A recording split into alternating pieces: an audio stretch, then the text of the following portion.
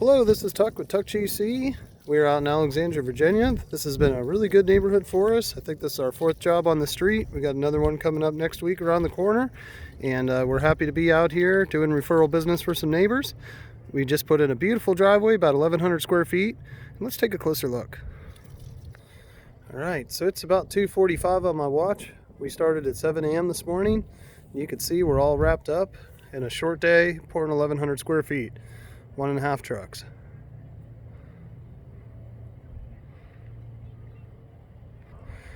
Now, this job was fairly straightforward in the front part of the driveway here. It was just a remove and replace of the existing driveway. But in this section right here with the bump out, we actually widened it out by a couple feet, made it a softer gradual turn in from the street because they were having some problems driving through the grass here to get over on this side of the driveway. So we fixed that for them, carried it back. You can see nice even control joints throughout. Another shot from kind of midway down. Now, the only real tricky part of this project was back in this corner.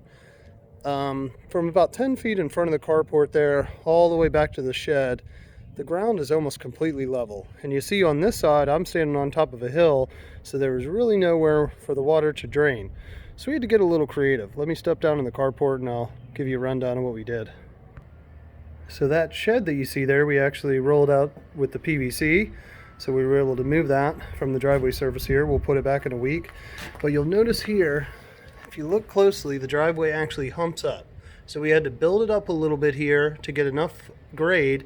We have some of the water flowing this way out to the back, and we raised it up about 4 inches from where the driveway was before, so the water won't pull that way. And then we raised it up here and then pitched the water this way. So we were able to get just enough slope to get the water to run off. We raised it up a little bit on that left-hand side.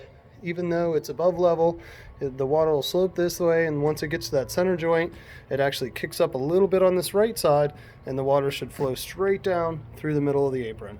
Looks like we did it perfectly. We'll have some rain coming in the next few days, and we'll really be able to see if we got the grading as good as we hope.